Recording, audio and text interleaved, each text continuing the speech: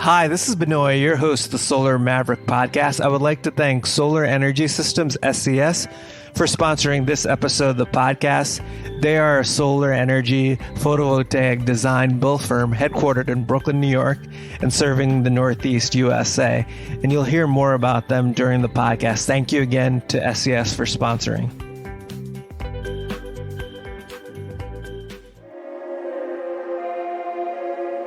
And if you don't get that right, you can have very large forecasting errors. We have some case studies where there's still a 10 megawatt or 5 megawatt forecasting error.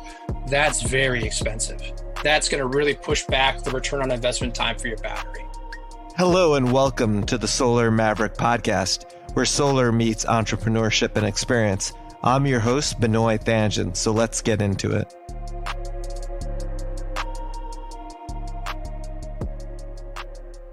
Welcome to the Solar Maverick Podcast. I'm really excited to have on the podcast Dr. Nick Engerer. He's the CTO and founder of Solcast.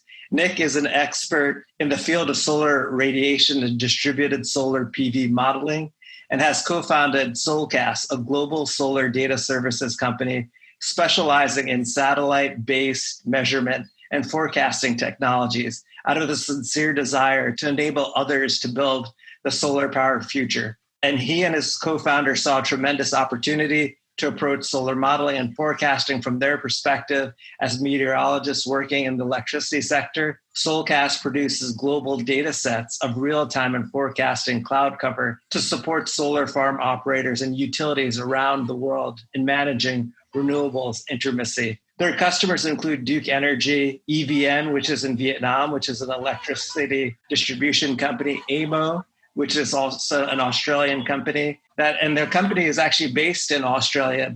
They have offices in Canterbury and Sydney. Welcome, Nick, to the podcast. Thank you very much. It's a pleasure to be speaking with the Solar Maverick podcast audience. They are exactly the people I talk about when I say building the solar-powered future. That's what they do every day. So those are my favorite people to talk to. Yeah, and I appreciate, Nick, you wanting to be on the podcast, reaching out to me, and then also being a listener of the podcast. And we haven't talked about solar radiance and weather, and obviously solar energy is an intermittent power source. And obviously you work with a lot of investors, asset owners, and energy companies. And it's really important how weather impacts the generation and solar radiance. So it's great to have you. It would be great if you could talk into more detail about Solcast and what you do. It'd be my pleasure. And you've really hit on the head there with the impacts of weather on solar plant operations. And it expands to renewables as a whole. As we're moving into a future with more renewables in the grid, the weather really becomes our fuel source. And all stages of renewable project development, including solar farm development, big and small, rooftop solar included, kind of needs these services at all ends of the spectrum, from the kind of climatological data that allows us to site solar farms and build financial models and get backing and investment into them, through to the real-time data that allows us to manage the asset, catch any issues with its generation or its operations at an early stage and do yield assessment, through to predictions of the amount of solar radiance or solar power that will come out of that asset over the near term, so the next few minutes, next few hours, next few days. And increasingly, as storage comes into the mix, co-location of those sites means that energy storage starts to use predictions of solar energy generation as well. And that future, that opportunity to service that whole data pipeline is what really attracted both myself and my co-founder, James. As meteorologists, we have long had a love for the clouds and for weather, and also built careers on deeply understanding it. James in the commercial sector of meteorology services for 10 plus years. Myself going down the academic route, doing a bachelor's and master's in meteorology and then a PhD in solar energy and forecasting. So we had these two really nice matching streams of work that we'd done. I'd come up with some funding. He'd built an initial prototype right at the time we met. And boom, there you go. It was an opportunity to start a new company and approach the solar data services market in a very, let's call it, novel and innovative way, with the new technologies that have come around just in the last few years, like cloud computing, big databases, the ability to crunch phenomenal amounts of data. And not only those technical elements, but also some new hardware via these brand new geostationary weather satellites that sit in orbit above the Earth, around 30,000 kilometers, in a single orbit where they stay and look at the same place of the Earth, basically looking at a whole half of the Earth. We stitch 5 of those together to make a global data set looking at clouds all around the world and updating that every time we get new imagery from them. Basically, we went from satellites that were giving us data on the order of every hour to every 30 minutes at fairly coarse resolution, maybe 5 by 5 kilometer pixels, over to a new generation of satellites that were giving us new data every 5 to 10 minutes at resolutions as low as 500 meters by 500 meters. So that's a big step change in the amount of data. It's also a big step change in what we can do with that data. And we came along in Australia when the first one of those satellites went live, the Himawari 8 satellite, which covers Australia and most of Asia. And so the timing there, the matchup of our skills, and that need for solar data services growing exponentially, and I use that word very deliberately, around the world, created a lot of opportunity that we've seized with the company in our own sort of Solar Maverick kind of way. Yeah, definitely. That is really interesting. And you started the company in 2016, and I guess you're taking really terabytes worth of data. Is that correct, to really come up with your predictions for the solar forecasting of the 5 minute ahead? Is that correct? Yes, it is. And that's a fundamentally big data problem. It's a bit of a buzzword, but when you get down to the nitty gritty of it, one of these brand new weather satellites can produce as much as 6 terabytes of raw imagery data that we collect each month. There's 5 of those around the world, so you can imagine how that's stacking up. And not only is there a data storage in terms of volume challenge, but there's also a computational challenge and a memory storage challenge to pull in that data, which a single image from a satellite is a few hundred megabytes. It's got that very high resolution information. How do we very quickly calculate how much solar radiation is making it through those clouds? There's a whole modeling step for that. And also make forecasts of where they're going to go next, and then make that available very seamlessly and very quickly through an API. Building that tech stack was one of the key challenges we needed to overcome in order to achieve 2 things: global scale, being able to have data all over the world and make it available through one API so you can get it wherever you need it. And 2, updating that data rapidly. We call it rapid update. So making new forecasts every 5, 10, 15 minutes, depending on when the satellite updates. And then also creating every new forecast every time we get those satellite updates. And so those 2 aspects of what we offer were things we had to engage with on a very fundamental level in how we built the actual engine that drives and delivers this data downstream to the customers and users.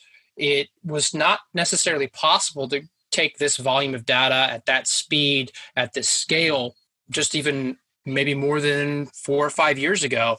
It's the advent of cloud-based services, new databases, even the types of databases that, for example, Uber uses to track all their cars and drivers. These are things that have come along fairly recently that we have employed to engage with this big data problem in the solar space. So it's been a very timely engagement, but it's also been really challenging. And thankfully, we have a lot of talent in the software development space in our company that has brought a lot of brilliance and hard work into making that possible. Definitely. That's really interesting, Nick. And is that one of the primary reasons or primary ways that you differentiate from your competition? Is what you've been able to do, as you said, with this data and analyzing and processing it and using software, obviously satellites as hardware, cloud computing, and all these other things? Is that? That's fair to say. I think that there's a lot of really high quality work in this space from other companies.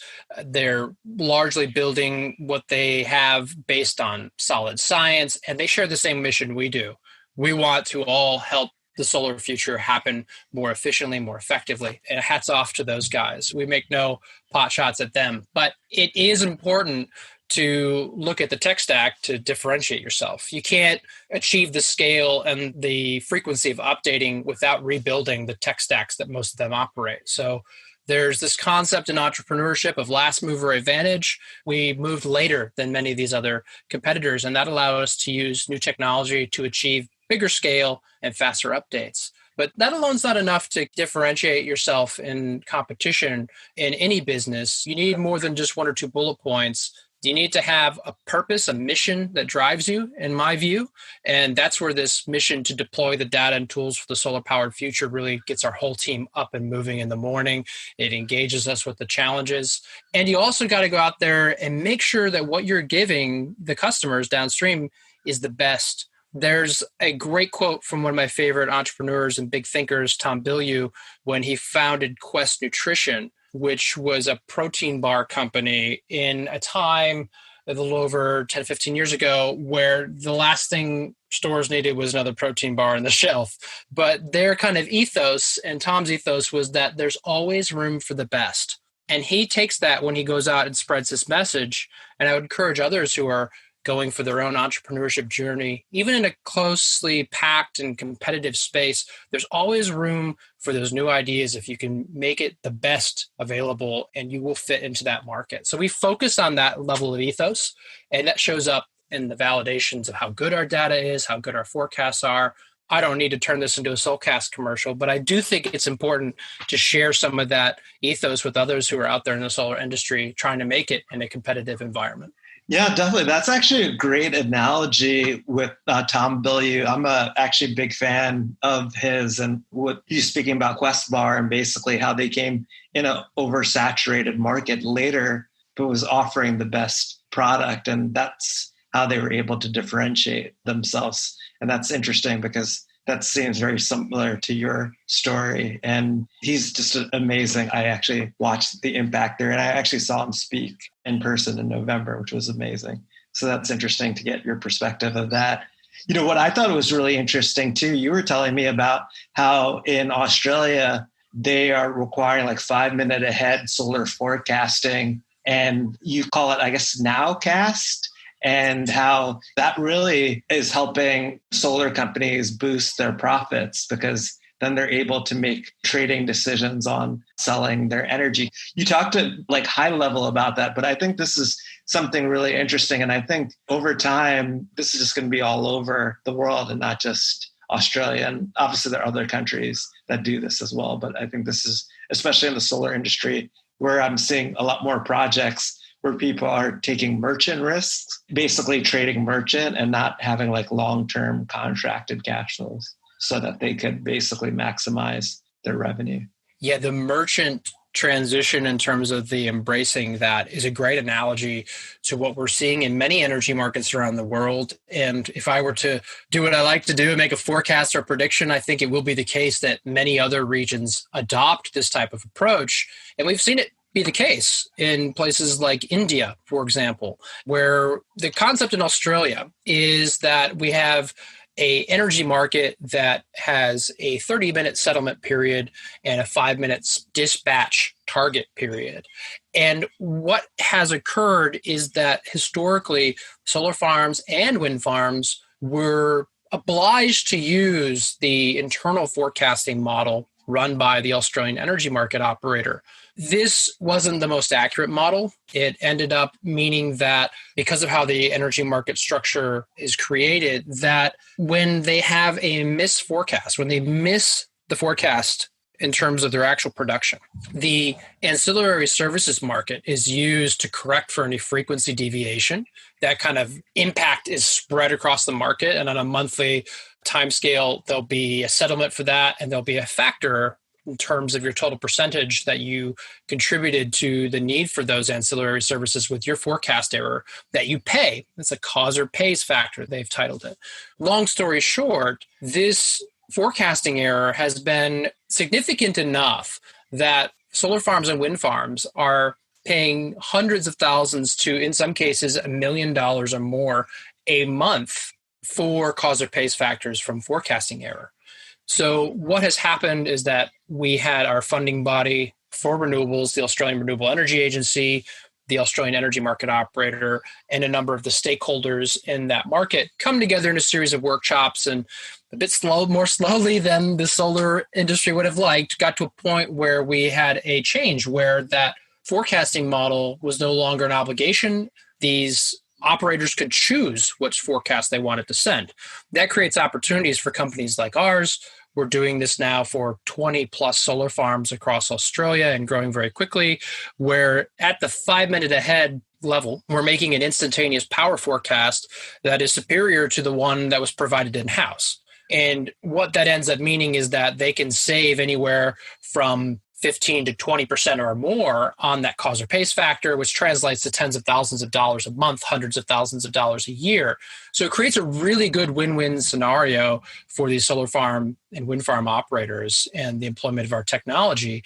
And I think that this nowcasting horizon, so more than a few minutes ahead, less than several hours ahead, is a sweet spot for the type of technology we operate and is increasingly being needed as energy markets have more solar or wind come into them, because as you enter more renewables in the mix, you mentioned this at the beginning, you have the problems of intermittency, specifically variability, which in this case is clouds coming and going. That means that the short-term supply and demand becomes more volatile. So you need to have these types of short-term predictions in order to ensure you settle supply and demand correctly, and of course, address things like ancillary services and frequency, which can also be disrupted. That's been a new opportunity in space in Australia. I think it's thematic for what we'll see in other places, including the United States. If I had to guess where stuff like this would show up first, it would be in the Southwest, it'd be in ERCOT, it'd be in California.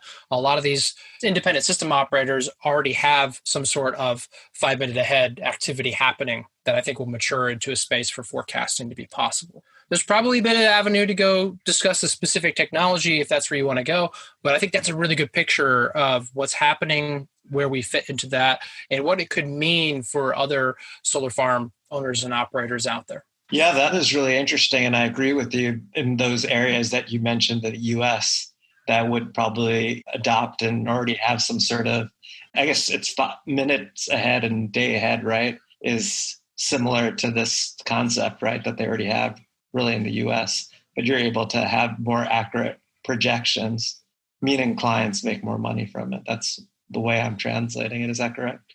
Yeah, the interesting thing about time of use tariffs is that they tend to be priced so that there's a peak, shoulder, and off-peak period, and there's also usually a demand charge. So if you have solar on site and you can also manage your demand in some way, it becomes an application for solar forecasting technology, because in particular, you can look to when that demand peak might arrive. And in some cases, I've done a bit of consulting work in this area before I started Solcast, that demand peak will be because you had a high demand period and your solar dropped off at the same time, meaning your demand charge is 20% higher than it was last month. And that means that there's applications, if there's that flexibility in demand, to incorporate a solar forecast to be more efficient with that time of use tariff. So there is that definite applications in that space. I think those are a little harder to realize. They take a bit more capability at the technological level. But as a trend going forward, I strongly believe that that will become more common. Interesting. And you mentioned ancillary services, frequency regulation. Can you talk about basically solar and storage? You know, obviously storage is there really to help with the intermittency issues that intermittent power sources, obviously like solar and wind, have. Can you talk about how your solar data Solcast could actually work well in these situations? There's certainly application for solar forecasting, even when there's co-located energy storage. So the place that our minds like to jump is that if we have storage on site, we can manage the intermittency, no problem. This clouds come and go. We just ramp up or ramp down the battery to compensate. But what actually happens in practice is that energy storage pushes back the horizon for solar forecasting technology more toward what's going to happen in a few hours to what's going to happen overnight and into tomorrow. Because if you look at the financial aspects of a battery, it's a large upfront capital investment. It has marginally high operating costs, which are mostly taken care of if you're already locating it with power plant controller, the solar plant, et cetera. But the big challenge there is that the storage capacity of that battery is always going to be limited. And that will vary depending on what market you're in. You can hear lots of people cry about how they have to store 12 hours of energy to be a storage device in PJM's network, but that's another discussion. It's more common that you probably have 2 to 4 hours of storage on site. And so that can't handle long duration cloud intermittency, for example. It can only do that maybe 2-hour period or 4-hour period at full output. And more importantly, we would love to charge back up that battery with quote unquote free energy or the cheapest energy that we can get. And if you follow the logic here, what starts to happen is you want to know how to structure your battery operations today with some knowledge of what's going to happen tomorrow. Is tomorrow going to be abundantly sunny? Well, that's a great candidate. Today is a great candidate for discharging your battery. If it's going to be cloudy tomorrow, maybe the day after, you might want to be a bit more conservative with how you are discharging your battery to offset intermittency or to potentially gain more revenue in the market. So it becomes one part of what we call in science and math a optimization problem, which I find totally fascinating. And so it becomes a input to that optimization problem along with the expected price of energy over time, the storage of that battery, its peak output of the solar farm, and we can run some mathematical models to make that calculation. But a solar forecast is still important. A great illustration of a specific example, going back to that 5-minute market we were talking about before, is at the Engerer energy storage system, which is a site in Australia, lovely Aboriginal name, Ganawara. And they have such great names here. It's beautiful. And this is a 25. What's that, mate? I was just saying, Nick, that you're from the U.S. originally, if people couldn't tell. I am. You don't have an Australian. Yeah, that's right. I can put it on. I'll try for you later. Ganawara. Right. This site is a 50 megawatt solar farm, a 25 megawatt battery with 2 hours of storage, so a 50 megawatt hour battery. And what can happen is if you have that 5-minute ahead forecast wrong, if that 5-minute ahead solar forecast is not right, and you don't discharge your battery, you're going to discharge your battery based on that signal, you can still have a large forecast error. So you still need that short-term prediction of the solar farm power output to set the dispatch target and pair that with the battery and solar output together. And if you don't get that right, you can have very large forecasting errors. We have some case studies where there's still a 10 megawatt or 5 megawatt forecasting error. That's very expensive. That's going to really push back the return on investment time for your battery. So this is still a technology that is very much needed, even with solar and storage put together, which is where the future is undoubtedly going and is, of course, very exciting. Yeah, definitely. And that was actually a great explanation, Nick, about how solar forecasts are still extremely important, even with solar coupled with storage becoming more important. So that's really helpful. How do the requirements for solar data change over the lifetime of the solar farm from planning through to operations? That would be helpful if you could talk about that as well. I really find this pipeline, this timeline of data that's required by a solar farm to be a great way to tell the story of why solar data services are important altogether. And it is amazing where along this timeline of an asset from its inception through to its operation in a high penetration market, how the dependency of that solar data is kind of there at every step of the way. And of course, that's the lens I see things through as a solar data services provider and a data junkie. It's a very real thing. And where we start is the development of a solar site. We need to work with climatological solar resource assessment data.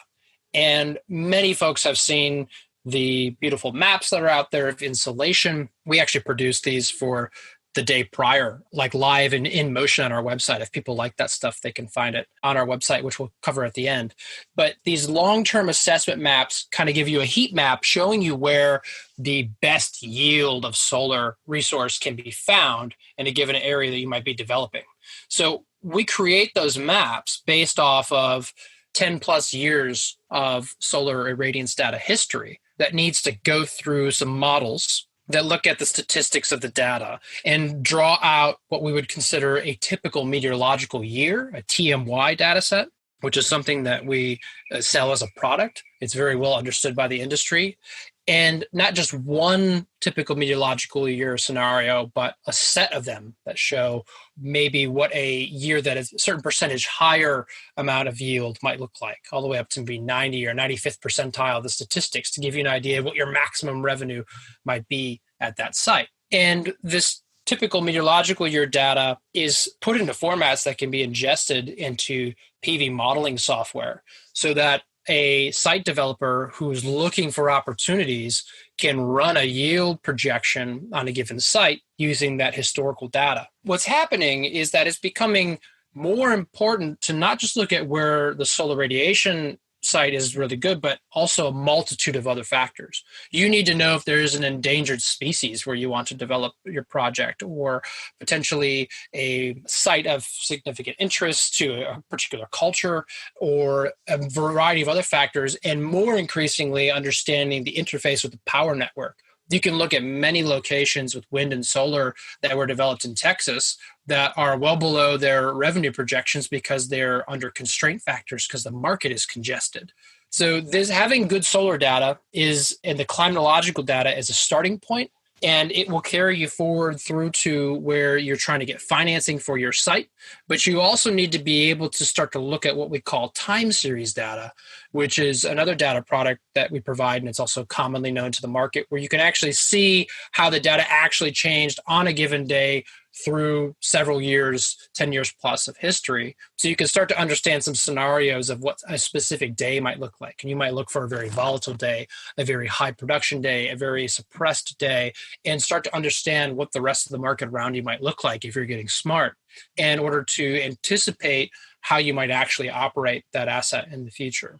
And of course, there's the process of due diligence, where independent engineers come in and assess a site developer's proposal to see whether or not it should be financed. They want to look at the same data sets as well, maybe a bit more conservatively. And that's where the historical data largely fits. It's in that planning, financing, development of sites. And then once they start to come online and get built, we move through to, okay, what has happened in real time over the last 7 days, last 3 months.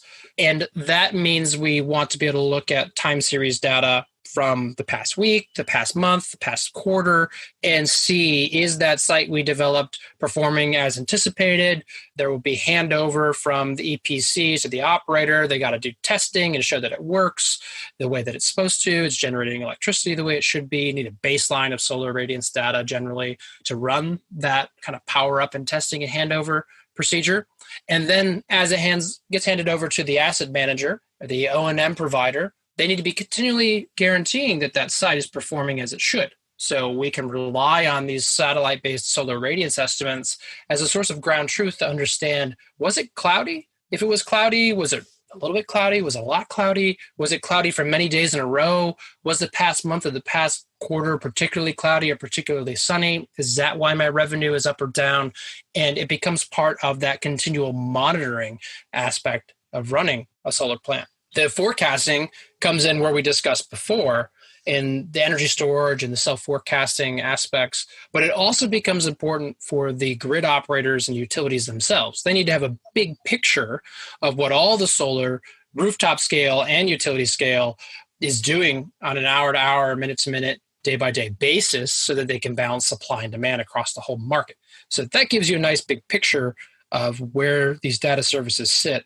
And I spent a bit of extra time on that solar farm development and asset management part because I think that's most likely where your listenership is most intrigued and interested. Yeah, definitely. They are. And that's great for you to explain and pretty concisely of how important it is through the basically development and then the owning and operating, how important the solar forecasting is into the equation, because everything at the end of the day is about the production. And obviously, if there's an issue with production, it's always about trying to fix the production issue or better optimize, because obviously we can't control the weather, but to understand the reasons for it and to make sure that it's not as big of an issue and to understand what's impacting it, if there's anything that could be adjusted, because it could be other stuff as well outside of weather.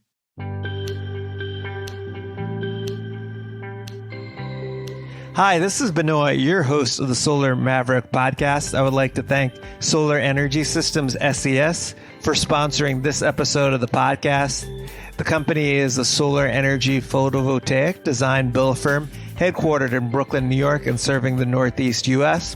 Founded in 1998, the company designs, builds, and maintains solar photovoltaic PV systems with the public and private domain. I interviewed David Buckner, who's the founder and CEO of SES, on episode 65 of the podcast. And it was one of the 10 most downloaded podcasts. So definitely check it out. The title is 20-Year Solar Veteran and Entrepreneur Provides Perspective on the Solar Market.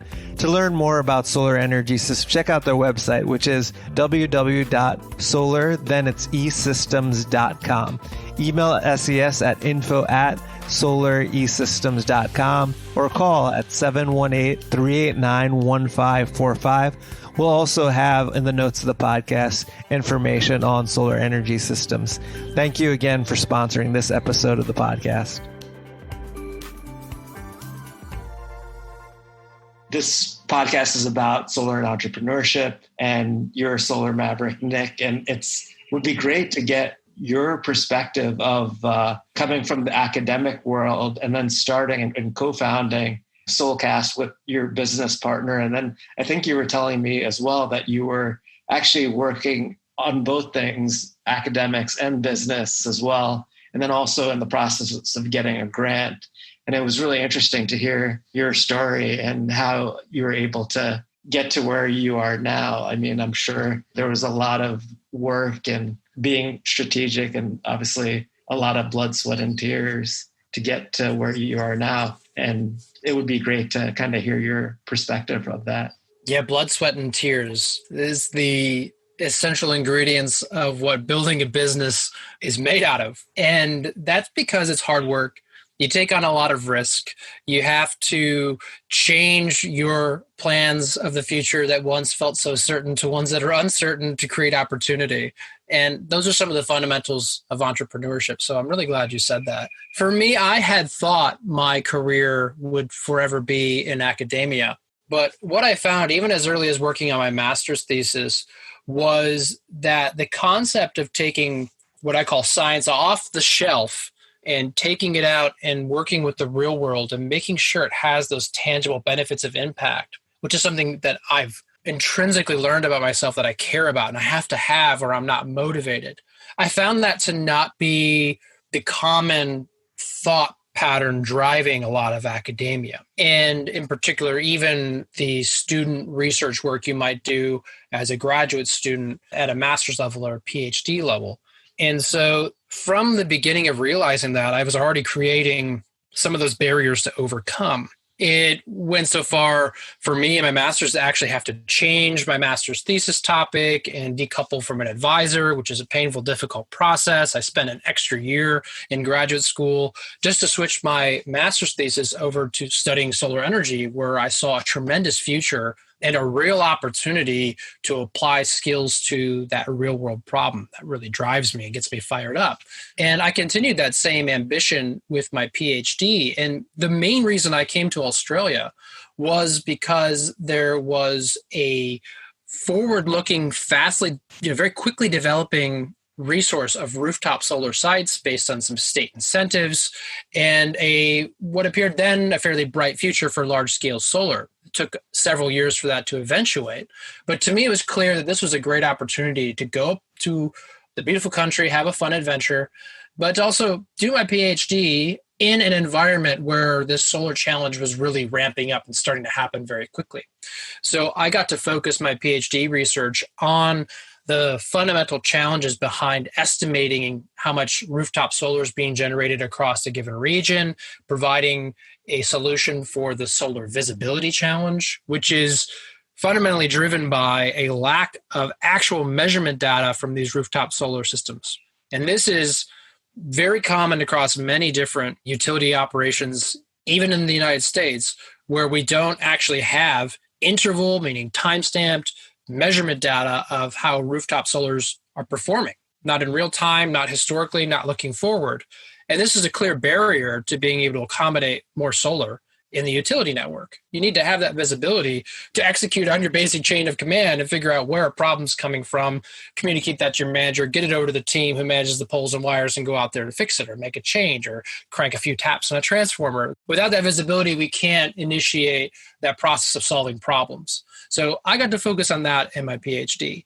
That meant there needed to be some incrementally important advances in the science, building better solar radiation models, testing models in Australia that had never been tested here, and building new methods of estimating how much solar is coming out of rooftop solar systems in a given area. In my PhD, I used the measurement data from rooftop solar sites, from people who are publicly sharing that data.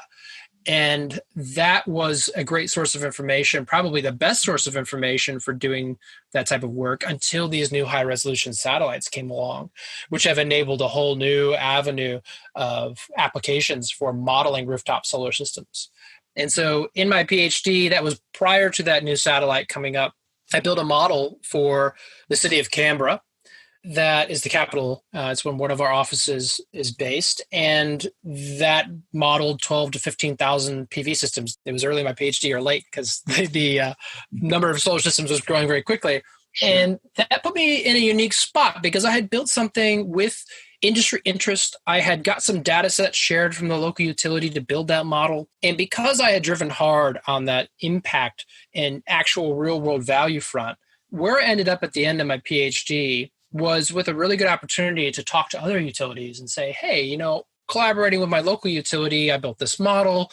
Would you be interested in trying it? And by the way, there's some funding coming out from the Australian Renewable Energy Agency, which will fund us working together. And that is where my professional academic career began, which was running a big project, which I grew to have 12 of the 14 utilities in Australia on board with. Through a lot of hard work, a lot of cold calling, a lot of rejections, and actually only getting 6 of them on board at the beginning of the project and then convincing the other ones to come along as the project grew and they saw that it was becoming the cool kid thing to do. And that kind of application of my thinking and what drove me, even though it was a bit unique and awkwardly fit in the academic space, kept creating new opportunity, which flows on into that project that I got up with the funding and all the utilities, getting that up and going about the same time we formed Solcast because I met my co-founder, James. I think the lesson to take away is by thinking about where the application is for what we're working on, while that's a stretch of the imagination in some cases for academics, because a lot of it, is fundamental research. It doesn't have to answer that question. That's important stuff to do. But bridging that gap is a thing that is not well achieved, commonly achieved, and is therefore difficult to do. But it's an important mindset to have, and it translates very well to entrepreneurship. Do we know what problem we're trying to solve? And we may have a really clear idea of what that problem is in our head, but it will change markedly once you go out there to the people who are having the problem and you initiate that relationship and start to understand it from their perspective. And that's what this project ended up doing. I started off with this supposition that everybody needed real-time simulations of rooftop solar systems and feeds from all, tens of thousands of inverters from the inverter manufacturers like Fronius and SMA, whom we had on this project giving us data. But that didn't turn out to be the case. What ended up happening is by working with all these utilities is that they said, this data is great. It's not certainly actionable for us, but here's some ideas that we have where we could apply and use this data. And we used the project to develop a bunch of use cases for where solar forecasting data might fit into the operation of low voltage networks. And by having that collaborative relationship and really valuing their input and their time and the questions they cared about, that's where we found where the value was. And that's why the project ended up being successful. And we've continued those relationships with a number of those utilities on into Solcast. So that's a really valuable thing to think about. You can do it whether you're an academic, it'll be a bit more awkward, or an entrepreneur. How do we get those conversations going to really understand where that bit of early technology we've built, where does it actually create value that's good enough that you'll actually get a manager to say, yeah, we'll sign some dollars over to that, and off you go to having a commercial relationship. Yeah, that's amazing, Nick. I mean, there's so many great points that you made. Obviously the last one is really a huge sort of thing, is really you had data sets and information, right, that were valuable, but until you listened to the customer and had an idea of what exactly the information would be, and in a collaborative approach, you provided them data that was useful, that they paid for. That's a huge success, and that's really great for our listeners to learn and hear about. It's interesting because you kind of talked about this. You've been successful in growing your company from like a startup phase through one that's a global presence. What advice do you have for other solar mavericks on succeeding with their business? I know you mentioned some of them just now in your example of your experience from going to school and then starting Solcast and doing your PhD. Do you have any other advice that you think would be helpful? Certainly happy to share some things that have worked for me and for a number of others that I've seen through participating in communities of like-minded entrepreneurs. Entrepreneurship is hard, and it is hard because you're creating something new. And for somebody like myself, a child of the 90s, graduated high school in 2004, I become very accustomed to having it laid out for me what I needed to do next. And university courses and degrees only made that easier for me to extend that mindset from my schooling through my early adult life. There was always a clear objective. Do this assignment, get this grade, submit this thesis, publish this paper. But as soon as you get into entrepreneurship, that roadmap is gone. You have to build that roadmap. And that means you need to have a vision for where you want to go that is big enough that it gets you excited and makes you want to work for it. And not only having that vision of where you want to go, that moonshot goal, as Peter Diamandis likes to call it, but also you need another thing he refers to, which is your massively transformative purpose. And that's a big word that can feel a bit woo-woo to some folks who are a bit more technical. But really what it boils down to is, do you know in yourself why you are motivated to go for that moonshot goal? Do you have that mission that comes up for you that actually evokes something emotional, that makes you feel like I'm going to get up and do this even though it's hard? And for me, in our team, it's that building the data and tools for the solar-powered future. We want to get the tools and data that are needed by all the hardworking folks out there so they can forget about that challenge and move on to the next one of innumerable challenges they have, whether they're developing a site or operating it. The number of challenges they have and regulations they face is always growing, and it's frankly mind-boggling when you go to a conference and listen to all this stuff. So we want to go out there and help build the solar-powered future by doing our part, and that motivates us. It gives us that massively transformative purpose. It gives our team that reason to be emotionally engaged, and frankly, make it through when our operational system breaks down at midnight on the weekend, and one of the team members has to get up and go fix that. You have to have that glue that brings you together as a team. More technically, we need to be able to be quickly moving, and we need to be able to gather data on our ideas so that we can build early prototypes and then improve them. And a really good illustration is this API toolkit that we've built. It's a web platform where you can come in and learn how to engage with the APIs that deliver our data. Because if we really want to achieve that mission of giving this data to everybody who needs it, we need to make it easy for them. And we need to make it so it's tangible. They can learn about APIs. They can see some demo charts, set up their own sites without having to code it at the terminal or in a code script. And building that tool, we built a first version of it. And then we used a user tracking tool called Intercom, which allows us to communicate with users and understand where they're getting blocked, get feedback in real time, but also see what parts of that tool they're engaging with and which they're not. And by taking that data, we're actually able to analyze across a cohort of a few hundred users who's clicking on an individual button or who's looking at a page and comparing that against our expectations. We thought users would go get their X data through Y page, but really in reality, they're going to Z page to get that X data. And we didn't expect that. We didn't design it to work that way. Being able to have data like that to see how your ideas are going out in practice against your user base and creating a channel that encourages them to give you feedback and to value that feedback is fundamentally important to entrepreneurship if you're working in any software as a service or web-based platform. Because if you don't have that real-world data, you'll never figure out where those hidden assumptions that you have are. And I think that that's been one of the biggest learning curves I've gone on in terms of this entrepreneurial journey is seeing, like we talked about those utilities and that academic project before, where those ideas implemented get started from versus where they actually need to go, and building out that roadmap with data, because you don't know exactly what it should look like. You might have the moonshot big goal, you might have the purpose, but you got to fill it in with data and real user data and feedback in between. And don't fool yourself into thinking you're the exception to that rule because you understand your user so well. There will always be things you can do to improve massively by iterating on what I've described. Yeah, definitely. There are a lot of great points to what you said. I appreciate that, Nick. And I was going to change gears a little bit. I thought it was pretty interesting. I know we spoke about it, about your blog. You have a blog called Biohacking with Longevity, and I was reading through it and I thought it was really interesting. Can you tell our listeners about it? I know you're very passionate about solar, but this definitely seems like another thing that you're very passionate about as well. Yeah, thanks for the opportunity. So yeah, on my personal website, nickengerer.org, I run the Longevity blog.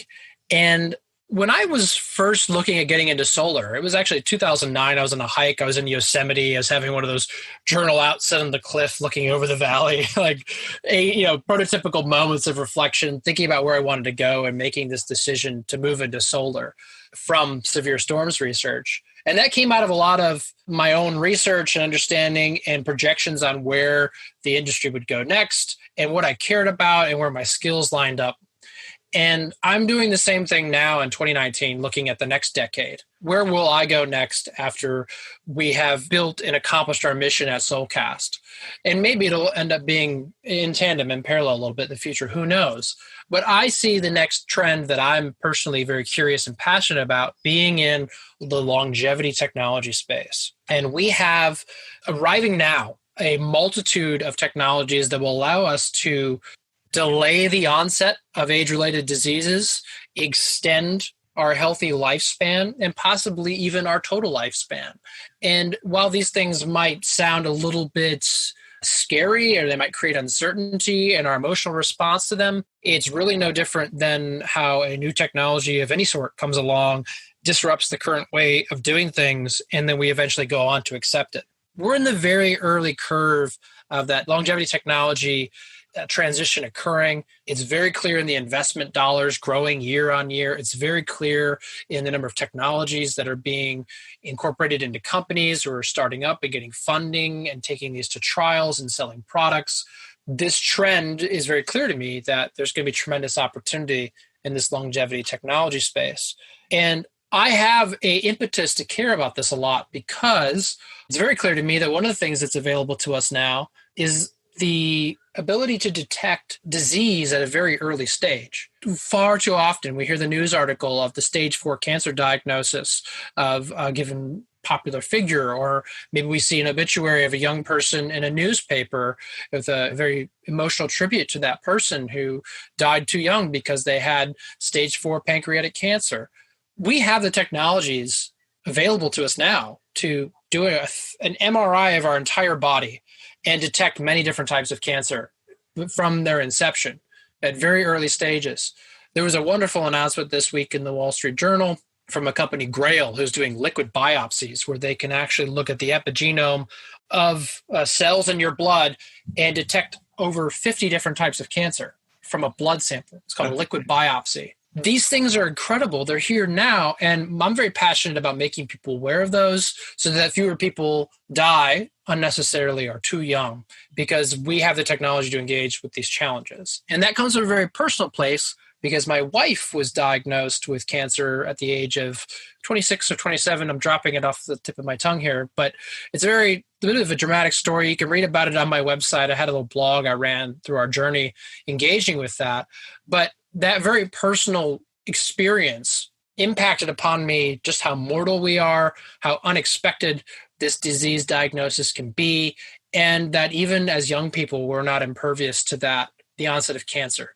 At the same time as my wife was battling cancer, I had 2 of my friends in their late 20s also get diagnosed with cancer, 2 of my best friends. So this motivated me to learn more and care more about myself. That journey naturally evolved into doing the cool things that I'm doing on the longevity blog, covering supplements, MRI-based technology like I described before, and some of the really cool things we're going to be able to start doing with testing, not necessarily just our genome, but the epigenome that basically controls the expression of the genome. And that's very important in aging and disease regulation. And so all these topics are things that I get excited about and I'm covering on the blog. It's a hobby at this stage, but who knows where it'll go in the future. Yeah, definitely. I really appreciate it. I've read through the longevity blog, a lot of the posts, and it was really helpful and really insightful. And you're adding a lot of value to the people who read it. Do you have any recommendations of books on longevity that you would recommend? I love that question. I love books. I'm an avid reader. I think the most accessible book on the topic of longevity technologies is by Dr. David Sinclair. He's a Harvard medical researcher, well-renowned in his field, totally credible, brilliant scientist. He's actually an Aussie, close to my heart. He was one of the people who discovered, you'll remember, resveratrol in the red wine, and drink red wine because it has resveratrol media spin that was a bit unfortunately placed on some of his earlier work. He wrote a book called Lifespan, and it discusses many of these technologies, the reasons why, as we age, we become more prone to diseases like cardiovascular disease, metabolic disease, which is one of those diseases is diabetes, neurodegenerative diseases like Alzheimer's, which my own grandfather passed away from a number of years ago. And he does a great job laying that out. He's also full of some beautiful drawings he did himself. It's a wonderful book, great place to start. And I also would make the recommendation that people read this one from a brilliant British man named Dr. Matthew Walker, Why We Sleep. Because if you read this book, you will understand how important sleep is to your body's recovery, particularly your brain. And there are several things that are very easy to do that you can be changing to allow yourself to sleep better. And that is absolutely one of the best things you can do for your longevity. From anything from just changing what exposure of lights you have in the evening to maybe what time you eat a meal before you go to bed. And that kind of pairing with some of the biometric data I get off my watch or my Oura ring, which tracks my sleep, allows me to really fine tune the sleep in a nice way, which gives you a lot of longevity benefits. They both sound like amazing books, and I definitely am going to check it out. And we'll have as well your blog, your longevity blog, a link to it and the two books that you suggested. This has been an amazing podcast interview, Nick. If our listeners want to learn more about Solcast and get in contact with you, what's the best way? Our website's a great place to start. It's Solcast, SOLCAST.com. And there's something there for everyone. If you're just a solar enthusiast, click on the free tools menu at the top. We give away free rooftop solar PV forecasts. It's the same technology we give to grid operators. You can get it for your rooftop solar system. There's a PV performance checker on there, so you can check your rooftop solar system performance. There's a archive of solar radiation maps that are in motion that you can look at around the world. And I love those because they get my weather nerd and solar nerd going at the same time. It's so cool.